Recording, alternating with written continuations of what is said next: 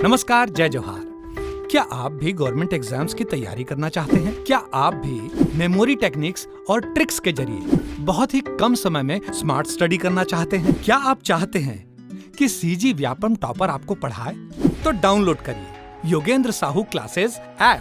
यहाँ 10 से अधिक गवर्नमेंट एग्जाम्स क्रैक करने वाले और सीजी व्यापम टॉप करने वाले योगेंद्र सर CGPSC और सीजी व्यापम के अंतर्गत होने वाले सभी एग्जाम्स की तैयारी कराएं। तो डाउनलोड करिए Yogendra Sahu classes app to be the best, learn from the best.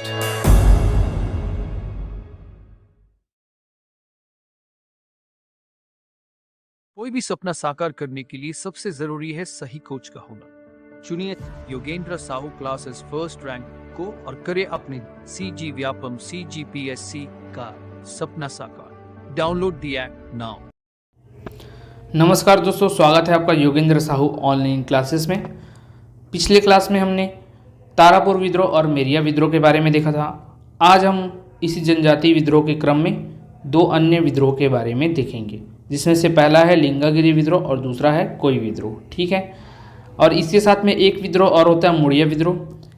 ये तीन विद्रोह मैंने शुरू से बताते आया है कि शासक का क्रम बता रहा था तब भी और पिछले दो क्लासेस में भी, कि ये जो है भैरम देव के समय में हुआ था। तो शासक आपको याद करने में परेशानी नहीं होगी, क्योंकि पहले में अजमेर सिंह, दूसरे में महिपाल देव, दो लगातार होगा भूपाल देव के समय में तारापुर और मेरिया, फिर 3 लगातार होंगे भैरम देव के समय में। तो लिंगागिरी, कोई और मुड़िया, इस तरीके से आपको याद हो जाएगा। ठीक है, फिर अंत वाला जो होगा वो आपके रुद्र प्रताप देव के समय में होता है। ठीक, तो आज जो विद्रोह है वो है लिंगागिरी विद्रोह।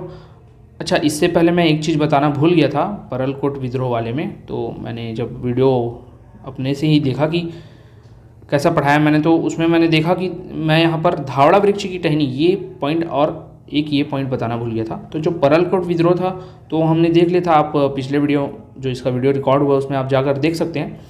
अब इसमें प्रतीक चिन्ह धावड़ा वृक्ष की टहनी थी, ये याद रखना है आपको परलकोट विद्रोह में, क्योंकि ये पूछा जा सकता है। धावड़ा वृक्ष की टहनी जो रहती है वो परलकोट विद्रोह में यूज़ किया जाता है प्रतीक के रूप में।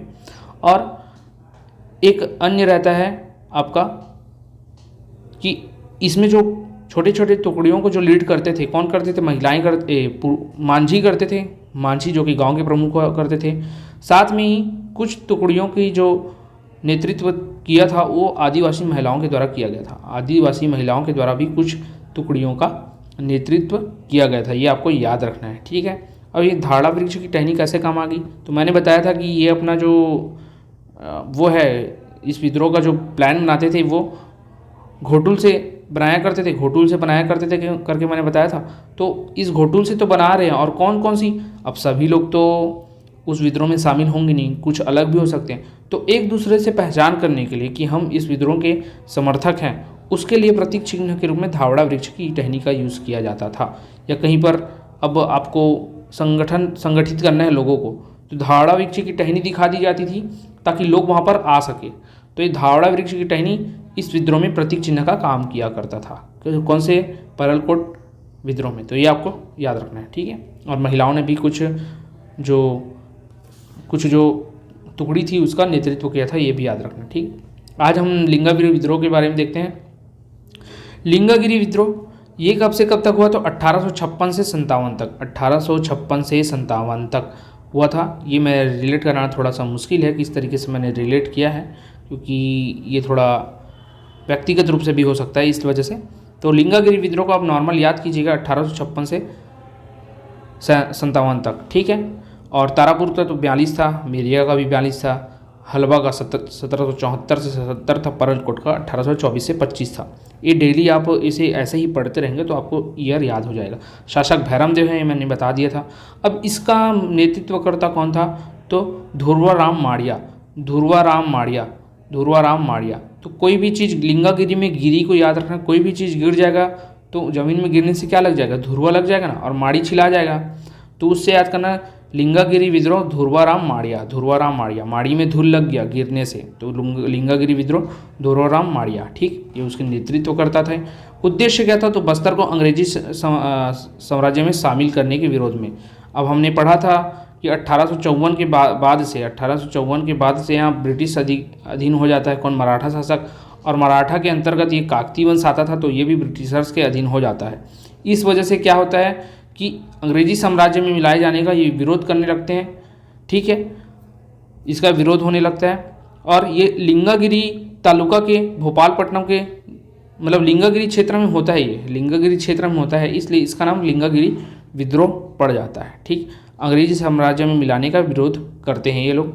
घटना कब होती है? तो 3 मार्च 1856 ईस्वी को चिंतलवार में अंग्रेज व विद्रोहियों के मध्य युद्ध हो जाता है। 3 मार्च 1856 को ये युद्ध हो जाता है, जो विद्रोह करते रहते हैं और अंग्रेजों के बीच।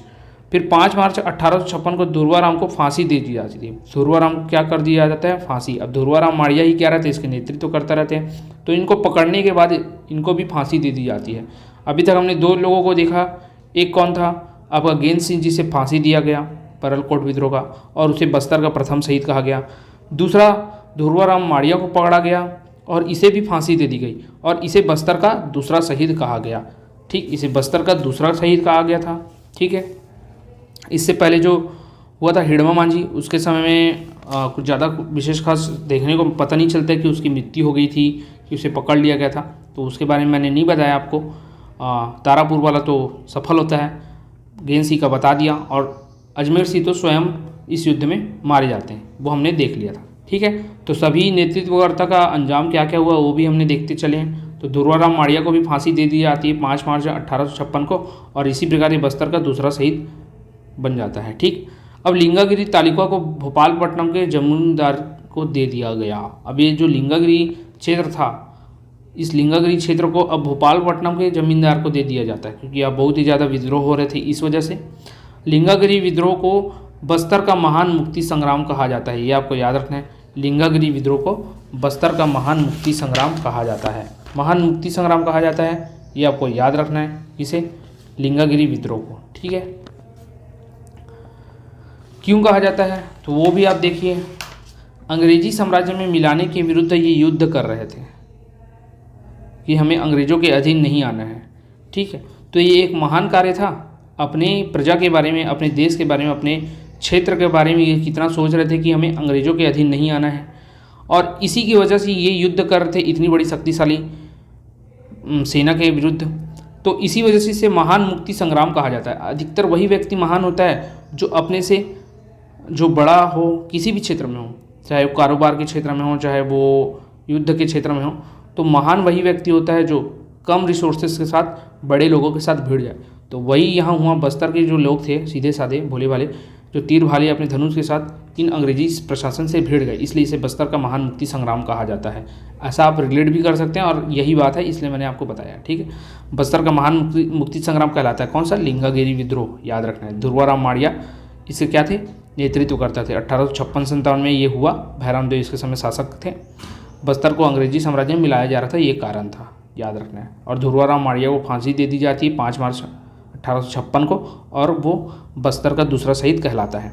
इसके आगे हम देखते हैं कोई विद्रोह देखते हैं। तो कोई विद्रोह ये हुआ था 1859 ईस्वी में। कब हुआ था? 1859 ईस्वी में। अभी हमने देखा 56 के बाद होगा 1859 ईस्वी में। ठीक है, 1859 में। तो मैंने इसको याद करा था, कोई नहीं करके बोलते हैं, तो कोई से कोई विद्रोह, नई से न से आ रहे नौ, और न से आ रहे नागुल दोरला। न से आ रहे नौ तो 1859, और न से आ रहे नागुल दोरला। तो नेतृत्वकर्ता नागुल दोरला कब हुआ? तो 1859 में हुआ। शासक भैरमदो ही थे। अब कोई किसे बोला जाता है? जैसे अभी तक हमने देखा है, परालकोट क्षेत्र था, तारापुर क्षेत्र था, लिंगागिरी क्षेत्र था। हल्बा में जनजाति आई, मेरिया में जो जिस नर को बलि दी जाती थी उसको मेरिया कहा जाता था, ये देखा हमने। तो अभी तक सभी शासकों में, मतलब अभी तक जितने भी विद्रोह हुए उसमें जो विद्रोह का नाम है उसको मुख्य रूप से किस वजह से नाम दिया गया मैंने बताते आया। तो अभी मैं कोई के बारे में भी बताता हूँ। कोई विद्रोह क्यों बोला गया? तो जो पहाड़ में रहने वाले आदिवासी रहते हैं ना, उनको कोई बोला जाता है। कोई नहीं, कोई एक जनजाति होती है ना, कोई एक जनजाति होती है। ये कोई और ये कोई थोड़े डिफरेंट है। आप जो पहाड़ में आदिवासी रह रहे हैं उसको कोई बोला जाता है, कोई। ठीक, तो कोई विद्रोह ऐसे करके याद करना। तो वहाँ की जनजातियों के द्वारा ये विद्रोह किया गया, इसलिए से कोई विद्रोह नाम दिया गया। नागुल दोरला इसके नेतृत्व करता थे, जो कि पोते कला के जमींदार थे। कहाँ के थे? तो पोते कला के जमींदार थे। इनके सहयोगी कौन थे? तो एक राम भोई था और एक जग्गा राजू था। तो राम राजू करके अभी हमने देखा था RRR, अगर आपने RRR मूवी देखा होगा तो वो भी रिवोल्ट के ऊपर बेस्ड है, राइज रिवोल्ट रॉर ऐसे करके हैं। तो उसमें हमने राम राजू के बारे में पढ़ा था, मतलब देखा है मूवी में। तो वहाँ से आप याद करना, राम और राजू ने इस कोई विद्रोह में सहयोग दिया, राम और राजू ने। तो राम से राम भोई और राजू में जग्गा राजू, ठीक है। राम राजू याद रखना, राम भोई और जग्गा राजू, राम भोई और जग्गा राजू दोनों याद रखना, ठीक। अब ये राम भोई जो था वो भोपालपट्टनम का जमींदार था और जग्गा राजू भेज्जी के जमींदार थे। तो 3 जमींदार आ गए। पोती कला का जमींदार जो कि नेतृत्व करता है नागुलदौला। राम भोई जो रहेगा वो भोपालपट्टनम का रहेगा, भोई आ रहा है भोई से भोपालपट्टनम, ठीक। फिर जग्गा राजू रहेगा वो भेज्जी के जमींदार रहेंगे, कहाँ, भेज्जी के जमींदार, ठीक है, याद रखना है।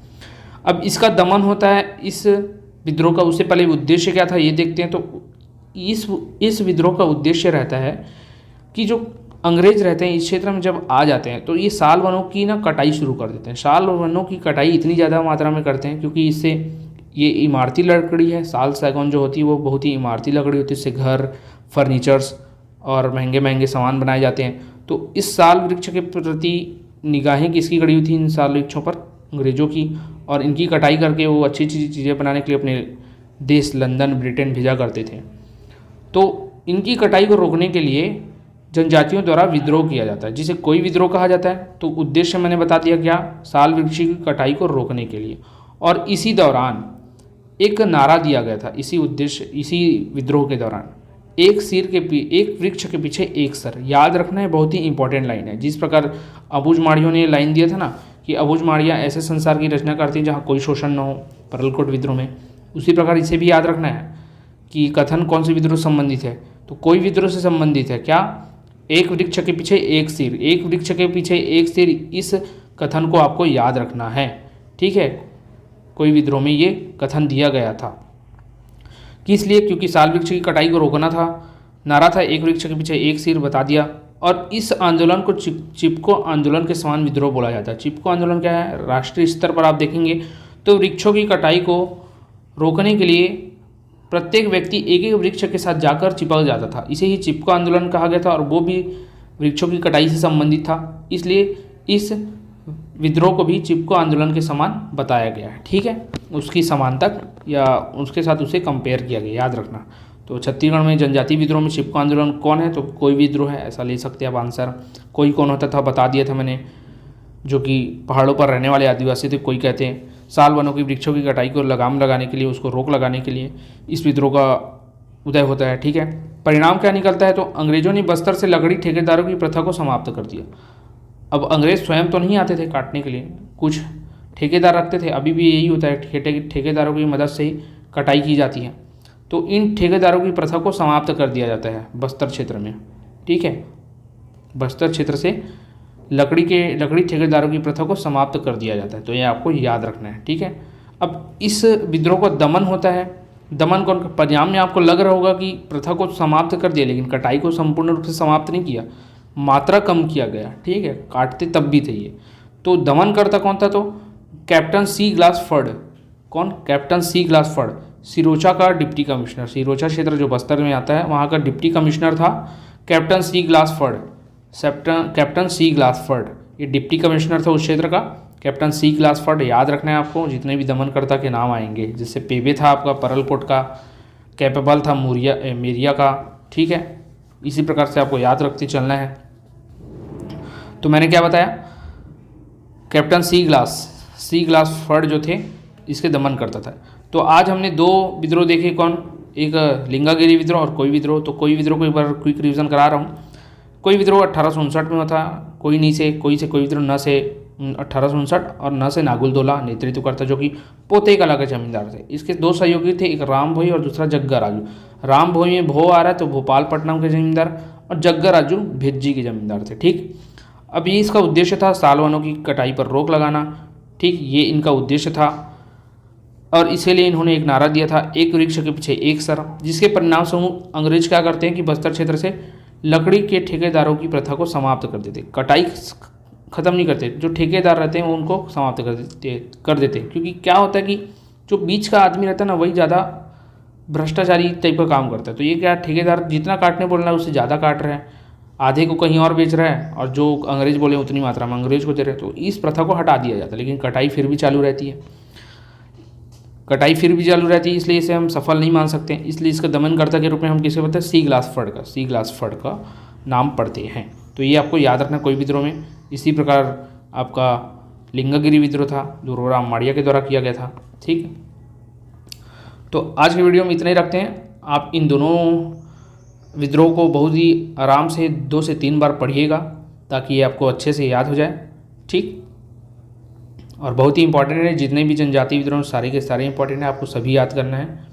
तो घबराइए नहीं, लगातार इसको पढ़ते रहिए, आराम से ये याद हो जाएगा और सरल है। ज़्यादा दिक्कत ही क्या है इसमें? शासक का नाम रखना है, याद रखना है, नेतृत्वकर्ता का नाम याद रखना है, सब तो रिलेट करा के मैं बता ही दे रहा हूँ। थोड़े तो बहुत पॉइंट है जो बिना रिलेट किए हैं, वो सब तो पढ़ने ही पड़ेंगे। तो आप इन्हें 2 से 3 बार देखिएगा, आपको याद हो जाएगा। अगर कोई भी डाउट आते तो आप हमें कमेंट करके ज़रूर बताइएगा। अभी के वीडियो में इतना ही, धन्यवाद।